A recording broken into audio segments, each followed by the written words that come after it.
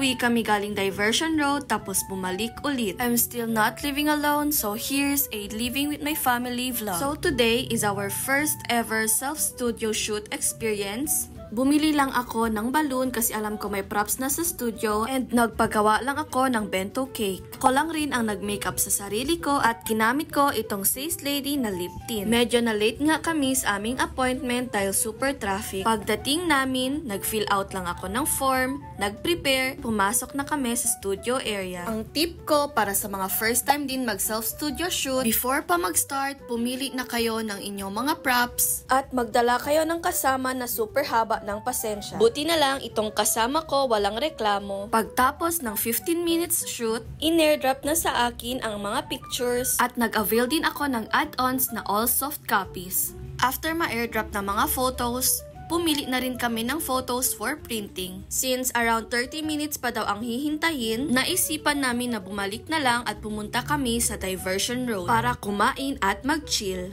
Dito nga kami kumain kay Auntie Hello Kitty dahil masarap yung mga barbecue nila. Anong favorite nyo na barbecue? After nga namin kumain, nakakita si James Reid ng mangga kaya hindi niya na to pinalagpas. Naiinggit nga ako habang binubuhos ni Auntie yung sauce. Kaso, hindi ako pwede sa maaasim. O, tignan nyo, nang iinggit pa yan. Super satisfied at super saya niya sa nabili niyang mangga.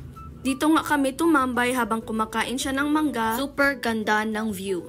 Trinay din namin itong nakita namin na cheese coin at ube cheese graham bar. Habang andito nga kami sa Diversion Road, pupunta nga daw kami dito kasamang aming buong pamilya para magtambay at mag-chill. At first, naisipan namin maghintay na lang, kaso naisipan namin umuwi na lang, kukunin pa namin ang pictures at baka maubos ang pera namin dito. After 1 hour nga, bumalik ulit kami dito sa Diversion Road pero kasama na ang aming pamilya. This time, marami na kaming pagkain. Pwede namang sa bahay kumain pero iba talaga ang sarap ng pagkain pag masarap din ang view. Nagstay lang kami para magchismisan at umuwi na rin. Thank you for watching!